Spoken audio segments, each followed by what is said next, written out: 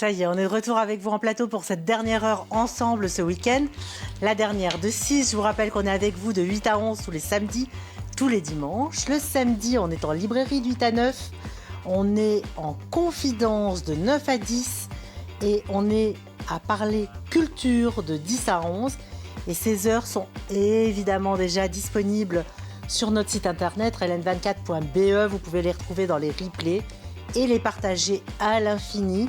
Si vous n'avez pas eu le temps de faire votre sélection de bons livres, c'est le moment, c'est l'instant. Le dimanche, première heure, c'est Esprit. Ce matin, nous avons parlé de l'histoire et de l'histoire de la Belgique en particulier à travers quelques dates. Nous venons de parler de l'Irlande en boire, manger, voyager avec des chefs. Et je vous assure que à la pause, j'ai goûté ce qu'ils ont fait et je vous le recommande. Vous pouvez aussi très très vite retrouver les heures d'aujourd'hui sur notre site internet. Et maintenant, on va passer pratiquement une heure ensemble jusqu'à 11h. Ce sera une corpore sano et on va parler du dos.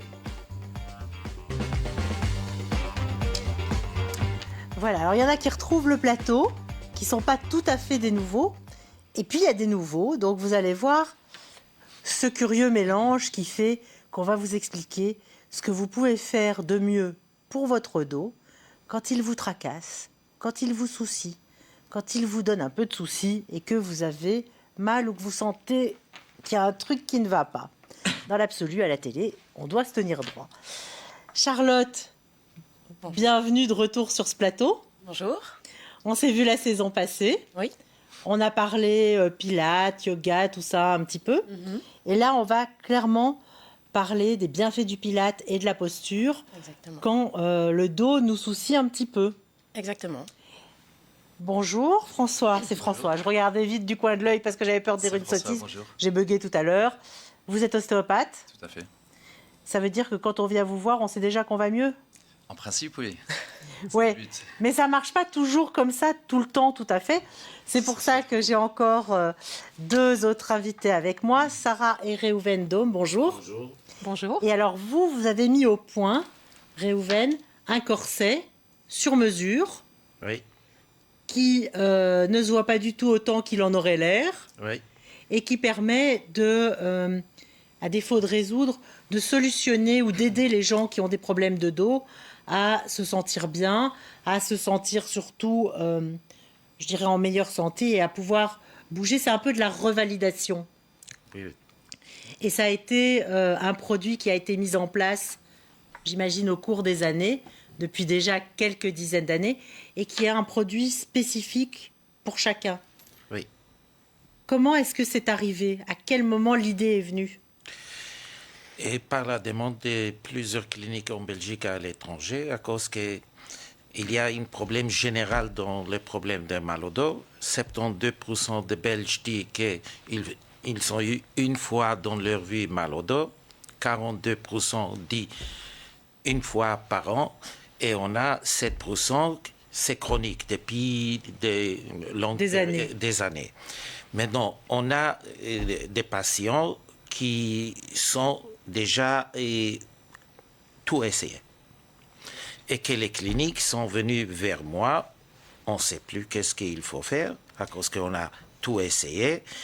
On croit au corset, à cause que c'est quelque chose de mécanique, mais de l'autre côté, on constate que comme on dit pour les patients qu'il faut porter un corset, d'abord c'est quelque chose de négatif, corset, ça associe des Ça choses... associe maladies graves et problèmes esthétiques. Et pas simplement des problèmes esthétiques. Déjà, les mots, dans le langage des mots, il y a déjà quelque chose de négatif. Et deuxièmement, on a constaté qu'il y a, ça veut dire la médecine dit il faut un corset, nous pouvons rien faire, mais de l'autre côté, comme il reçoit les corsets, une grande partie n'aimait pas les corsets. Ah oui, c'est les injonctions où on accepte l'injonction, mais on ne la pratique pas. Pratique pas. Et maintenant, c'est la question. On constate qu'on a besoin de corsets, mais il y a un problème qu'on n'utilise pas la thérapie. Et c'est la question qui a été pour nous, pourquoi les gens n'aimaient pas les corsets. Il faut étudier quel est le refus des patients. Alors, par rapport à ça, je voudrais qu'on remette un petit peu le cadre. En fait, Réhouven et Sarah, vous travaillez ensemble. Vous avez une principale boutique où vous êtes bandagiste, comme ça s'appelle pour ce métier. Bandagiste orthésiste, oui. Voilà. C'est-à-dire qu'on trouve chez vous tout ce qui aide à trouver des solutions dans l'achat de ce qu'on peut, sur mesure ou pas sur mesure, pour les patients qui ont des pathologies et qui viennent vous voir.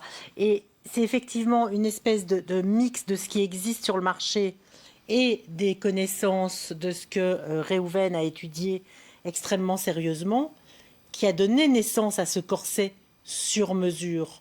Parce que le fait qu'il soit sur mesure change tout par rapport à un produit existant qui serait le même pour Charlotte, pour Sarah ou pour moi. Oui, et comme je disais, c'est des patients chroniques. Chroniques, on ne peut pas... il faut chaque cas voir exactement qu'est-ce qu'elle a eu, comment il a vécu son douleur et quel problème il a. Et comment on va l'aider, ça sert à savoir comment on doit articuler ce corset. Parce que le fait qu'il soit sur mesure, à quel endroit sur un corset on le change? Qu'est-ce qui change d'un corset à l'autre? Corset classique, c'est corset classique pour tout le monde, un petit peu.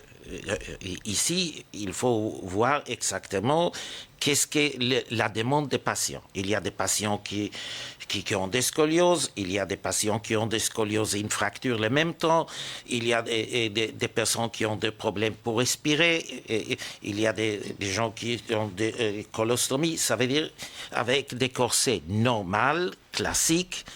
Avec un corset classique, on ne peut pas répondre à la pathologie. On ne peut pas répondre, non. Et l'objectif est différent, si je peux me permettre. Un corset classique a pour un objectif d'abord, premier, c'est l'immobilisation du patient, la mise au repos du patient. D'accord. Le corset dôme est un corset correctif qui amène le mouvement. L'objectif du corset dôme, c'est de bouger. Au plus, parce que le patient qui vient est souvent en crise, il a peur de bouger. Une personne qui a mal au dos a peur d'un mouvement néfaste. L'étude qui a été faite par Réhouven sur des centaines de patients, ça a été que reproche le patient à un corset et qu'est-ce qu'on peut faire pour minimiser ses inconvénients. Et on est arrivé à la conclusion que le dôme ne doit pas immobiliser du tout. Le dôme doit permettre une correction, un soulagement, un soutien et le mouvement. Donc ça a été vraiment une approche mécanique, technique, orthopédique tout à fait différente d'un corset classique. Mais ça fait un peu écho à ce qu'on voit à travers le Pilate aussi. Charlotte, je te voyais un petit peu hocher la tête dans le même temps. On sait que quand on va à un cours de Pilate ou quand on est dans un cours de Pilate, on a des gens qui nous disent je peux pas, j'ai mal ici, j'ai mal là. Mais souvent, quand les professeurs sont très bien formés, ils expliquent que, sauf exception, on doit essayer d'entretenir un mouvement, aussi petit soit-il, pour ne pas justement tomber dans cet extrême du plus de mouvement du tout. Oui, exactement. En fait, il faut la méthode Pilate ou l'entraînement postural, donc j'aime bien l'appeler aussi comme ça, c'est d'abord se réapproprier son corps, réapprendre les alignements, donc prendre conscience de ces alignements et bouger en respectant les alignements. Parce que toute la journée, dans la vie de tous les jours, on compense. Donc on se tient mal juste parce qu'on est fatigué. Donc on prend de mauvaises postures. Et en travaillant la posture et des exercices qui renforcent les articulations en respectant les alignements, en Pilates, on travaille d'abord par le centre du corps vers les extrémités, donc les abdos, le dos, mais aussi la mobilité du bassin. Ça permet de soulager le dos parce qu'on le renforce et on augmente la mobilité. C'est plus un travail de prévention, mais depuis les années maintenant qu'on enseigne la méthode dans le studio, je remarque aussi des gens qui ont aussi tout essayé et puis ils viennent et ça marche. Donc ce qui est important, et on en parlait avant l'émission, c'est qu'il n'y a pas une solution pour une personne, c'est qu'il faut essayer de trouver sa solution ou de combiner. Et sa solution, parfois, c'est justement de mixer les métiers des uns et des autres. On le disait tout à l'heure, François, vous êtes ostéopathe. C'est votre pratique aussi qui parfois peut aider, parfois pas. Mais c'est en fait ce mix d'ingrédients qui fait que ça fonctionne. Les gens qui viennent vous voir, en général, ils vous disent quoi? Mais moi, je vais plutôt avoir des gens qui vont arriver en aigu. Contrairement, je pense à vous qui auront plutôt des patients chroniques. Mais Je pense qu'il y a des gens en aigu chez toi aussi. ouais. Oui. Dans les deux Mais cas. chez nous, c'est des aigus cycliques. Donc, ce sont des patients qui ont vraiment des crises régulièrement depuis des années et qui ont déjà essayé, qui ont déjà fait un peu leur parcours du combattant, où on ne veut plus que la chirurgie intervienne. Et en fait, ce qui est très chouette quand on travaille ensemble, c'est que eux travaillent dans les corrections, micro, si tu veux bien. dans les corrections de posture et ils travaillent sur des moments plusieurs fois pendant la semaine. Bien sûr. Et nous, on peut ajouter à ça une élongation sur toute la journée pendant des mois.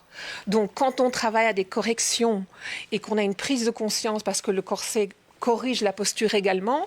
Donc, ce que fait l'un et ce que fait l'autre, c'est aussi donner une conscience de la posture. Et là, on travaille 1 ou 2 fois par semaine et puis on met son corset. Et toute la semaine, pendant des mois, on est en correction. Moi, je peux vous On rajouter corrige. quelque chose. On peut prendre les gens en télé, on est obligé de se tenir droit sur sa chaise. Oui, Ça te C'est fait tout à travailler fait la posture. très encourageant. François, justement, donc les gens arrivent chez vous, ils sont principalement en crise aiguë. En fait, ils oublient de venir chez vous quand ils ne sont pas encore complètement atteints. Voilà. En fait, ce serait bien que les gens viennent plus en prévention.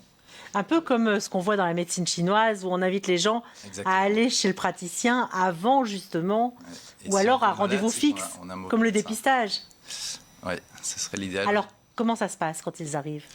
Mais en général, il y a déjà une période d'écoute, donc on va essayer d'aiguiller et se faire déjà un diagnostic avec les questions qu'on va poser. À quel moment on a mal, si on a mal la nuit, la journée, si on a mal pendant l'effort ou au repos, s'il y a des signes neurologiques, donc si on a des douleurs ou des pertes de force, de sensibilité dans les membres. Et puis, il y a toute une partie d'observation dans la séance, donc on va observer le patient, on va voir si justement il a des troubles posturaux, donc si c'est un travers, si les épaules sont en torsion ou le bassin. Et puis, par rapport à ça, il y aura toutes des tests de mobilité, puisque l'ostéopathie s'intéresse vraiment aux restrictions de mobilité. Donc, on va essayer de repérer par des tests de mobilité et la palpation des zones qui vont être un peu plus tendues, ce qu'on va appeler des nœuds.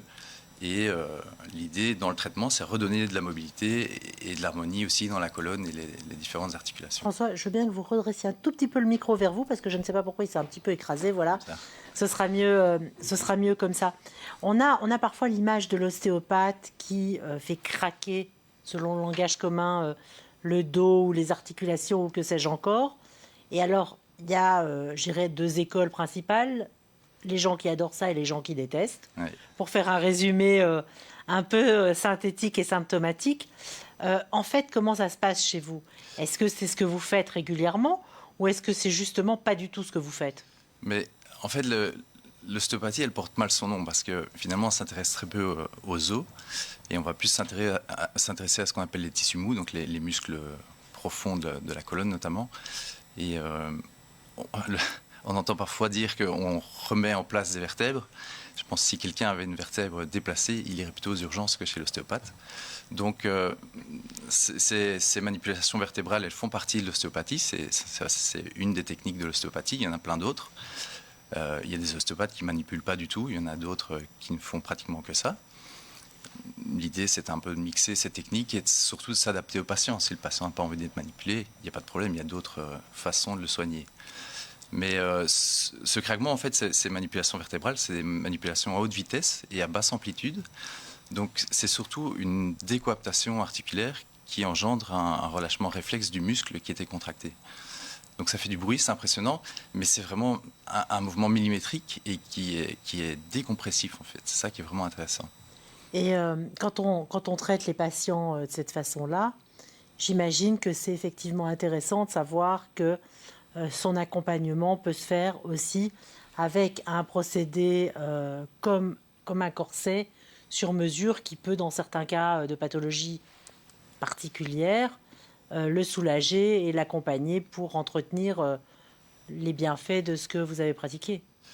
Oui, mais j'ai déjà eu l'occasion justement d'avoir des patients qui avaient ce corset. Je pense que vous n'avez pas souligné assez, c'est que c'est vraiment un corset. C'est pas l'image du corset qu'on voit qui Alors, est très statique. l'image du corset qu'on voit, en fait, je ne vais pas demander à mon invité en plateau de se déshabiller pour vous prouver qu'elle a un corset parce que ce serait extrêmement étrange. D'accord. Et donc ce corset, Je pense qu'il a été assez mal coaché. Non, il n'a pas bien là-dessus. compris. Non, Oui, il n'a a pas très bien compris. Le français Mais en n'est fait- pas sa première langue. Non, mais c'est pas du tout ça. Mais en l'occurrence, Sarah porte le corset maintenant en plateau. Je le sais, j'ai vérifié moi avant de rentrer en plateau. Et comme vous pouvez voir, sur Sarah, ça ne se voit pas, quoi. Et c'est ça quand même la très bonne nouvelle. il a l'avantage d'être léger et dynamique. Le patient peut bouger parce que les ostéopathes en général, ils n'aiment pas qu'on fixe la colonne parce que la musculature avec le temps va avoir tendance à s'atrophier, donc à être moins tonique. Et l'avantage de ce corset, c'est que ça n'empêche pas le patient de bouger. Ça va décharger la zone, si j'ai bien compris, qui est comprimée. Par exemple, dans le cas d'une hernie discale un peu compliquée, ça peut être vraiment intéressant, oui, tout à fait. Alors, comment ça se passe, Réhouven? Vous recevez des patients qui viennent avec une prescription médicale ou est-ce que moi, je peux arriver un jour en disant... moi, c'est un peu spécial parce qu'on se connaît, mais si on ne se connaît pas et que je rentre chez vous au magasin en disant, voilà, j'ai extrêmement mal au dos, qu'est-ce que vous pouvez faire pour moi? Ça va être possible ou pas possible? Il faut d'abord passer chez le médecin? Comment ça se passe? En général, il y a deux groupes de patients. Il y a un groupe qui vient à cause que son cousin ou son collègue de travail a Ou eu nous a ça. vus. D'accord, oui. Et ça, c'est pas mal de patients. Et il y a des patients qui sont envoyés de Liège ou de Namur. Ou de n'importe Et le où. médecin a dit, moi, je ne peux rien faire. Allez voir Monsieur Dôme. S'il peut vous faire un corset qui vous soulage. S'il peut vous aider. C'est pas toujours. Et ça arrive régulièrement qu'il y ait des patients qu'on ne puisse pas aider? Des patients qu'on ne peut pas aider, Ça arrive. Il y a 6% qu'on n'arrive pas. Mais dans la médecine, on connaît, il n'y a pas la thérapie 100%, il n'y a pas. Non, il n'y a pas de D'accord. thérapie idéale, il n'y a pas le corset idéal, mais il s'en rapproche, c'est ça? Je te vois sourire en inclinant la tête. Il faut savoir, principe d'abord pour comprendre les problématiques. Si on voit une photo, on voit qu'il y a une hernie discale, qu'il y a une fracture ou n'importe quoi, d'accord? Mais aucun médecin voit sur la photo la douleur. Il faut comprendre ça. Deuxièmement, la plupart des patients disent, pendant que je suis couché, je n'ai pas mal, d'accord? Bien ou beaucoup moins mal. Comment on fait les scanners IRM dans la position couchée? Ça veut dire qu'on n'a pas tout à fait la vérité comme on voit une photo. Ça veut dire qu'entre la théorie, dans la médecine, c'est très connu, Corona, Oui. entre la théorie et la pratique, c'est pas toujours la même chose. Et vous vous situez entre les deux. Ce qui est intéressant, en fait, dans le travail qui a été fait sur ces milliers de patients, parce qu'on a 10 000 patients en thérapie à l'heure actuelle, c'est que, en général, quand un patient reçoit une orthèse d'immobilisation, dans un temps T, une position X, on prend les mesures. Et puis après, dans la vie, il n'a plus jamais cette position. Et ce que vous disiez, c'est vrai, le corset met en élongation. Dans un pneu de voiture, on a une force de 2 atmosphères pour tenir une voiture de 1000 kg. Dans le corset Dôme, on va jusqu'à 16 atmosphères. Ce qui veut dire qu'on met une élongation suffisamment intéressante pour qu'il n'y ait plus de pression sur le disque. Donc le patient est toute la journée dans tous ses mouvements complètement protégé, comme s'il était couché. Et ce qui est intéressant, c'est que M. Dôme a mis en place un système qui permet au patient, puisque la douleur est subjective, de choisir tous les jours quel est son point de confort. Donc il y a un mécanisme dans le corset qui permet de corriger, de rester en élongation.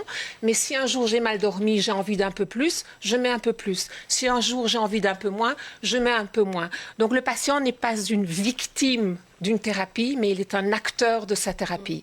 Et ça, pour les patients, c'est tout à fait génial.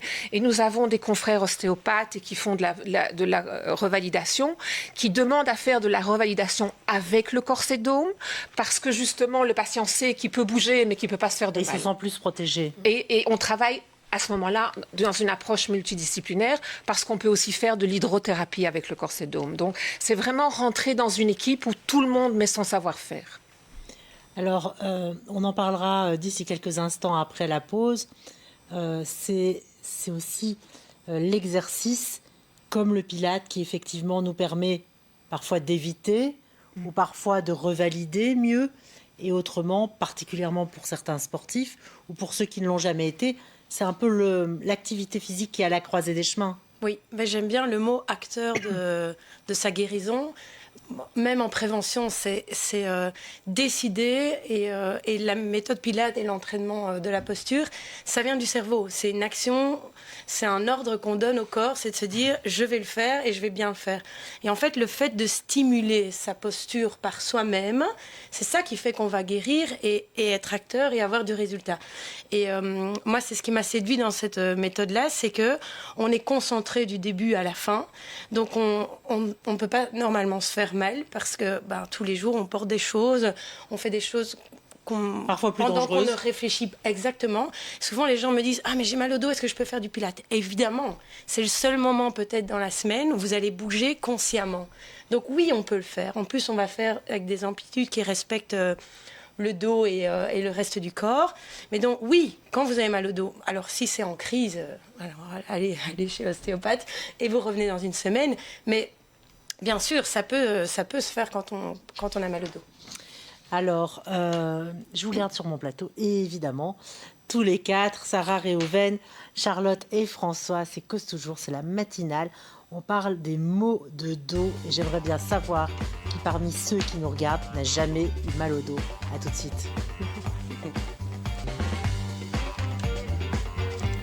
On est de retour avec vous et en fait, mes invités veulent parler pendant la pause pour dire des trucs importants et intéressants. Donc, c'est interdit par la loi. On doit parler à tous ceux qui nous regardent de ce qu'on raconte quand ça a un vrai sens, quand c'est important pour les uns et les autres.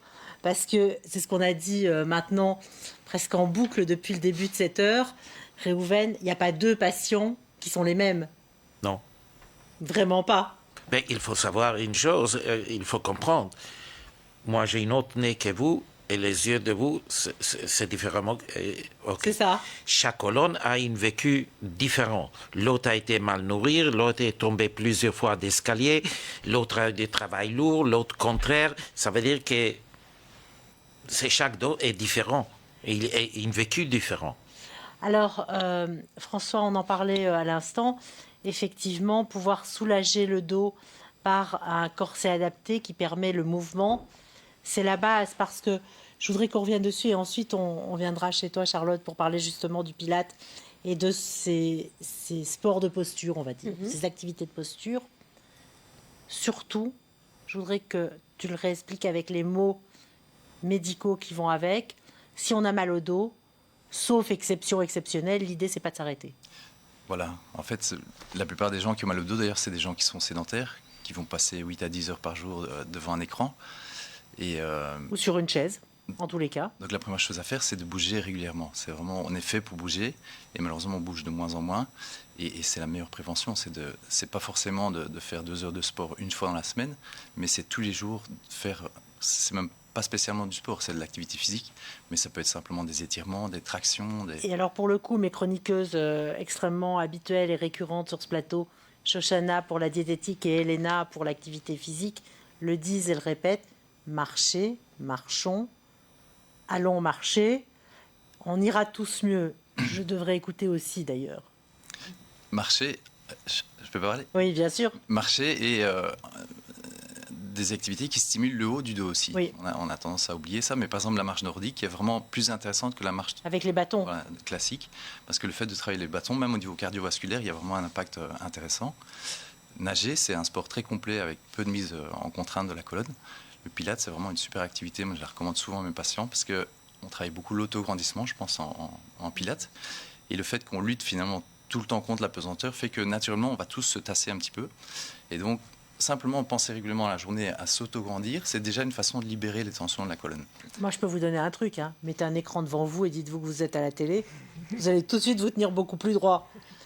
Charlotte, tu racontes pas ce genre d'histoire un peu sotte parfois à tes clients quand tu donnes tes cours de Pilates.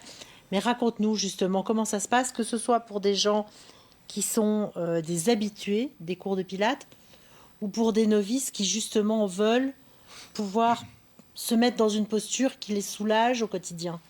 Alors, bon, quand les clients démarrent les séances, il y a en général différents niveaux dans les bons endroits. Il y a des niveaux différents. Et on leur fait prendre conscience de la bonne posture. Il y a des principes de base à respecter. Et les principes de base, les premiers, c'est l'autograndissement. Ça, c'est très important. Abaisser les épaules et les élargir. Donc ça veut dire Souvent, quoi? on dit les Si on est tirer comme en ça, arrière, mais c'est les abaisser et les élargir. ok. Mais c'est pas juste relâcher. C'est un peu les tirer en bas avec les muscles du Fais-nous dos. une petite démonstration. Tu es en plein écran. Vas-y. Regarde ta caméra, mais fais-nous une petite démonstration Donc, de comment on est mal installé et comment on doit se mettre bien. On a tendance à se mettre comme ça.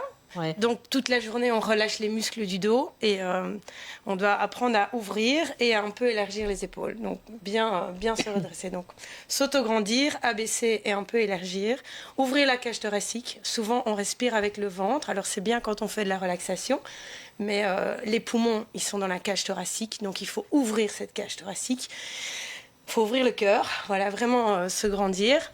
Garder le petit espace, le petit creux qu'on a dans le bas du dos, parce que de nouveau, quand on est Donc tu es en assis, train de nous expliquer qu'on ne doit pas trop se coller au on dossier. a tendance à aplatir le bas du dos devant la télé, dans la voiture, voilà. Donc essayer de maintenir ce bas du dos naturellement creux, parce que c'est dans cette position-là que les vertèbres sont les moins compressées.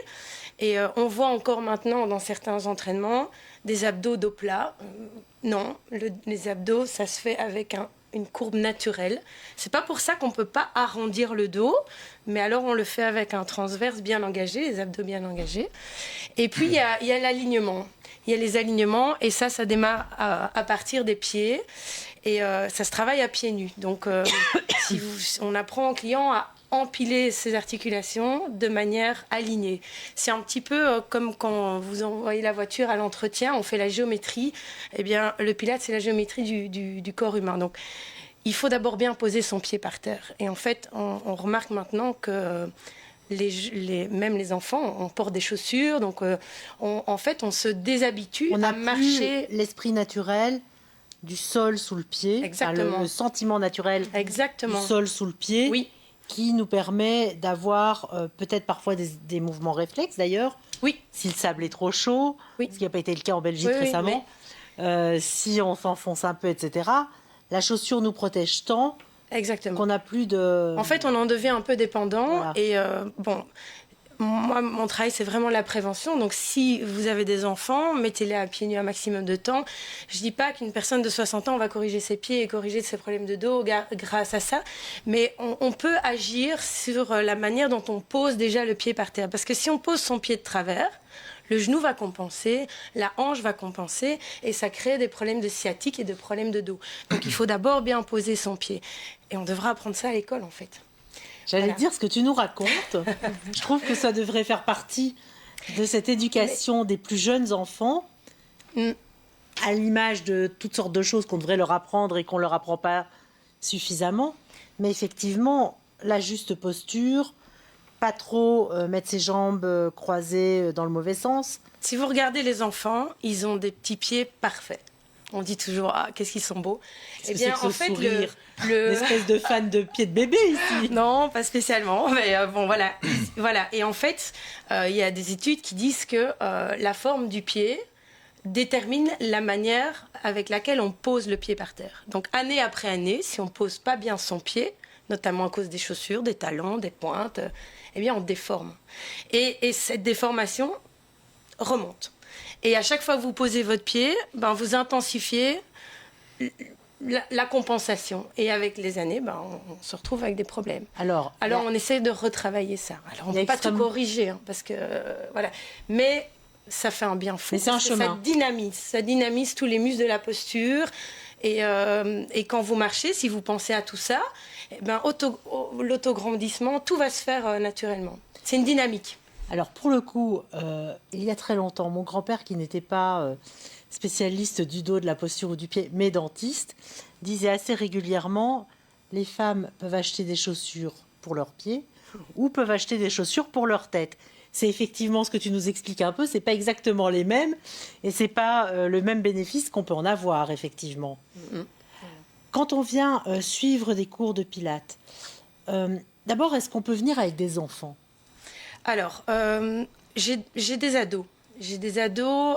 Au début, j'avais des petites filles qui font de la danse ou de la gymnastique. Leur maman était un peu inquiète en venant faire les abdos au studio, de voir ce qu'elles font au cours. Donc, j'en ai qui viennent avec leur maman. Ça, c'est la première chose. J'ai j'ai des garçons qui font du sport intense, qui viennent parce qu'ils sont raides et ils se sentent pas bien. Donc, ça leur fait aussi un bien fou. Donc, oui, le Pilates, c'est du travail qu'on peut faire à tout âge. Et c'est pour tout le monde. Il y a tous les niveaux. Donc, parce que je te demande sur les enfants, mais est-ce que tu peux aussi recevoir des gens qui sont déjà jeunes depuis très très très longtemps et qui entrent dans une 4e catégorie d'âge et qui ont besoin de bouger un peu mais qui ont peur des sports qui peuvent les blesser? Oui. En fait, le niveau de Pilates ne dépend pas ni de l'âge ni du niveau sportif. C'est le niveau de conscience corporelle. Et c'est en améliorant ça qu'on progresse dans les niveaux et qu'on va plus loin. Mais on peut très bien rester au niveau 1 toute sa vie, juste pour pas avoir mal au dos. Et puis après, si on veut pousser plus loin, comme on le voit sur les photos, on peut faire du travail plus intense, qui peut être intéressant pour des sportifs et aussi pour éviter de se blesser. Alors, on le voit quand on parle de Pilates assez régulièrement. On a, je ne vais pas dire 2 écoles, mais on voit soit beaucoup de mouvements réalisés au sol ou debout, mais avec juste un petit tapis. Mais on voit aussi un certain nombre de sangles souvent ou d'éléments de suspension. Qu'est-ce que toi, tu pratiques? Qu'est-ce que tu préconises? Et quelle est la différence en fait entre l'un et l'autre? Alors, il faut tout utiliser. En fait, Joseph Pilates, qui a créé la méthode, était un médecin qui s'occupait de danseuses qui étaient tout le temps blessées. Donc, il s'est dit, qu'est-ce que je peux faire pour qu'elles soient plus blessées? Et en fait, il a développé les machines Pilates, d'abord pour cet objectif. Quand on dit machine, c'est pas souvent des grosses machines comme on voit dans les salles de fitness. Non. Il y a tout, mais c'est plutôt des différent. systèmes de sangles assez simples. Sangles, ressorts, attachés ensemble ou détachés. Donc, et en fait, le tapis, par exemple, travaille plus le centre du corps, le dos et les abdominaux. Il y a une machine qui travaille plus la force des extrémités, mais toujours en respectant les alignements. Il y en a une qui travaille plus la mobilité contre résistance. On travaille en fait toutes les capacités musculaires. On ne fait pas que la force, on fait tout. On fait la résistance, mais toujours dans un souci de mobilité et de contrôle. Donc on ne va pas dans l'hyper-souplesse, parce qu'il faut contrôler avec de la résistance. Et c'est ça qui fait qu'on renforce bien les articulations. Qu'est-ce que tu nous proposerais comme exercice à faire tous les matins? Respirer. Les mains autour des côtes et respirer au niveau des côtes. Si on pouvait déjà faire ça, ce serait bien. Est-ce que toi, tu fais du Pilates? Alors, je ne fais pas de Pilates parce que je dois vous dire que je fais beaucoup de marches. Entre autres, la marche nordique. Mais je trouve que l'approche est très intéressante. Et je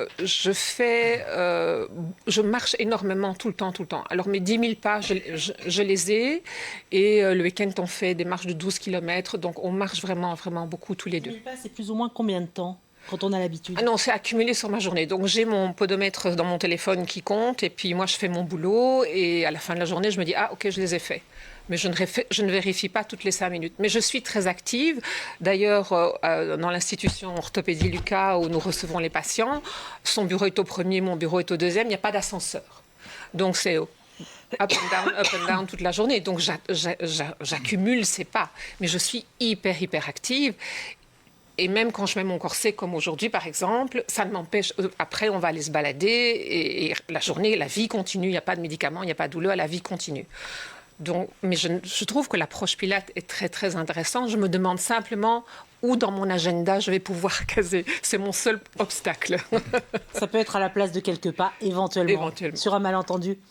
François, qu'est-ce que vous conseillez justement aux patients qui sont très régulièrement atteints? Encore une fois, c'est bouger régulièrement pour en revenir à ce que disait Charlotte, le pied il a vraiment un rôle très important, un rôle d'amortisseur. Le pied est légèrement creux, c'est parce qu'on a une membrane en dessous du pied qu'on appelle le fascia plantaire. Et cette membrane, c'est comme un élastique. Donc quand on pose le pied au sol, il va s'étirer et revenir en position. Et donc c'est vraiment important d'avoir un pied dynamique. Et pourtant, on voit beaucoup maintenant de ce qu'on appelle des pieds plats, donc des pieds qui sont un peu hypotoniques et un peu fatigués. Et donc, effectivement, marcher pieds nus, stimuler ce pied et pourquoi pas avoir un podologue, pour avoir une semelle aussi pour soutenir ce pied. Ça peut être vraiment intéressant. Comme l'a dit Charlotte aussi, la respiration pour moi est vraiment importante. Je pense que quand on est toute la journée devant un ordinateur, on a tendance à faire des apnées. Donc on va vraiment bloquer la cage thoracique. On ne s'en rend pas compte. On crispe les épaules. C'est plusieurs fois dans la journée s'interrompre et faire ces petits exercices respiratoires, se grandir. Imaginez qu'on a une ficelle au bout de la tête qui nous tire vers le plafond. Relâcher ses épaules, les remettre dans l'axe, ça c'est vraiment important aussi. Relâcher la mâchoire, il y a énormément de gens qui serrent les dents. On va retrouver beaucoup de problèmes de cervicales à cause de ça. Parce que quand on est focalisé sur un travail, on va serrer les dents. Le stress, la fatigue aussi va pas aider de ce côté-là. Donc si j'entends ce que vous nous dites tous, mais principalement Charlotte et François, on aurait quasiment intérêt à se mettre un timer dans le téléphone très régulièrement, qui toutes les heures nous disent en gros, bois un verre d'eau, fais le tour du bloc ou le tour de ton bureau et pose-toi pour respirer 2 minutes. Par exemple, 2 pièces plus loin pour marcher un peu plus. Et ce que vous dites, ça existe déjà au Canada en fait.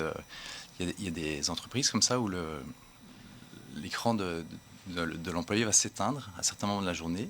Ils auront 3 minutes pour faire certains exercices et puis ils pourront reprendre leur travail, mais ils vont être interrompus pour justement bouger plusieurs fois dans la journée. Et on a pu observer qu'il y a beaucoup moins d'absentéisme au travail grâce à ça. Et ils vont plus loin, ils ont même des Ces 3 minutes sont des minutes gagnées en fait. Oui, tout à fait. Parce que c'est bien beau de se dire oui, on va y penser. Une fois qu'on est dans le boulot, voilà, on est pris par le boulot et on va oublier justement de faire ces petites pauses pour se détendre, pour relâcher la colonne. Et alors pour le ils sont coup, forcés de le faire du coup. il y a un point qui est extrêmement entre guillemets contre-productif, c'est qu'on se rend compte dans un certain nombre d'entreprises que ceux qui fument et qui sortent fumer devant le bâtiment, parce qu'on ne fume plus dans les bureaux, finalement sortent, prennent l'air, marchent un peu, reviennent et ont fait leur pause. Quand ceux qui ne fument pas, forcément n'y pensent pas et restent parfois effectivement 4 heures installés sur leur chaise. Bon, je ne suis pas en train de dire qu'il faut aller fumer avec les autres, mais peut-être les accompagner en restant à distance. Ça peut être l'option que vous nous proposez. Oui, ça peut être aussi, par exemple, être assis sur un ballon. Un ballon, ça va être beaucoup plus dynamique qu'une chaise. Justement, on va avoir tendance à effacer la courbure lombaire et un peu s'affaler. Le ballon, il vous oblige à être plus droit. On voit ces derniers temps... On peut essayer de s'affaler sur le ballon, mais les dommages sont collatéraux et ça va être compliqué. assez évident. Par contre, c'est assez fatigant aussi. Un ballon, c'est dynamique, mais toute la journée sur un ballon, c'est un peu compliqué. Donc l'idée, c'est de varier aussi, avoir une bonne chaise, un ballon. Pourquoi pas travailler debout? On voit de plus en plus ces bureaux réglables en hauteur maintenant. Au Canada, encore une fois, ils ont des bureaux dynamiques. Donc c'est un tapis de marche, en fait, qui est intégré au bureau. Et les gens marchent pendant qu'ils travaillent. Super intéressant aussi. Donc... Ça te fait sourire, Sarah? Oui, ça me fait très penser à Designated Survivor et Suits et toutes ces séries américaines où on voit le CEO en train de faire plein de téléphones en marchant sur un tapis. C'est très cool. Vous voulez travailler comme ça? Je ne sais pas. Donc je marche, je dois remplir. Une partie, la solution. L'idée, c'est de varier vraiment. Oui, mais c'est sympathique. C'est vrai que là, c'est attirant. Oui. Moi, je ne fais pas tellement ça du tout, je vais être honnête. Par contre, c'est vrai que de plus en plus, j'essaye de me lever quand je suis au téléphone. Oui. Pour marcher en parlant. Oui. Alors, c'est un peu agaçant pour ceux qui sont autour, par contre. D'accord. Mais il faut savoir quel problème on règle. Oui. Si c'est le sien ou celui des autres. Mais effectivement, quand on sait qu'on va avoir une conversation qui peut durer un petit peu, prendre le téléphone, bon, d'abord, ça évite de polluer l'ambiance de calme et de concentration de ses collègues. Et puis, partir avec son téléphone à l'oreille ou avec des écouteurs. Et puis, marcher un petit peu et effectivement... en profiter pour déambuler. Tout bêtement, dans un bureau, placez votre imprimante et votre photocopieuse un peu plus loin. Lever, marcher, revenir, lever, faire le tour du bureau, revenir, c'est excellent. Mais on est avec beaucoup moins de papier, même si ce n'est pas le cas au plateau. On digitalise de plus en plus. On digitalise, donc ça, l'imprimante, disons que c'est une bonne idée, mais on l'utilise moins. Donc c'est une bonne idée, mais pas souvent, quoi. Réhouven, on a parlé de ce corset, je ne vais pas dire magique, mais de ce corset personnalisé en tous les cas, celui qui résout les problèmes au cas par cas. Comment ça se passe à partir du moment où on est envoyé, par exemple, par un médecin? On va chez un médecin, chez un spécialiste, j'imagine, qui nous dit, bah voilà, ce serait intéressant d'avoir un corset adapté. Comment ça se passe? On vous appelle et on fait comme ça arrive? Ça veut dire quoi, ça? On m'appelle. Non, on appelle, on dit j'arrive et on claque dans les doigts et le corset apparaît. Non, j'imagine que c'est pas ça. Non. D'abord, les patients viennent chez nous et j'observe d'abord pendant 1 heure qui est le patient pour avoir un profil. Tout ce que vous avez expliqué juste avant en disant que dans des radios, des IRM, le patient est couché et qu'en fait, c'est pas sa vraie vie. Non, il y a des données cliniques, mais il y a des données de la vie. C'est 2 choses différentes. Ça veut dire que, par exemple, si le patient, son métier, c'est pêcheur, oui. Il ne va pas avoir le même corset que quelqu'un qui est assis toute la journée dans un bureau. Non. Ok. Ça veut dire c'est vraiment par rapport quel travail. Une garagiste, c'est autre pour une secrétaire. Une scoliose, c'est différemment. Mais il faut aussi connaître l'histoire de la personne, comprendre et voir s'il est motivé. D'accord? Ça veut dire... Ça veut dire qu'on ne fait pas un corset pour quelqu'un qui ne le porte pas. Ça veut dire que quand les docteurs m'envoient les patients, j'explique tout, je suis assise avec les patients pendant minimum 1 heure et je regarde d'abord si moi, techniquement, je peux aider. Il y a des cas que je ne peux pas aider, d'accord? Et je regarde le deuxièmement si la personne est motivée. À cause que moi, je n'ai pas envie pour tirer là et lui, il tire là-bas. Ça veut dire qu'il faut que nous, tous les deux, on va ensemble. Toute seule, ça ne marche pas.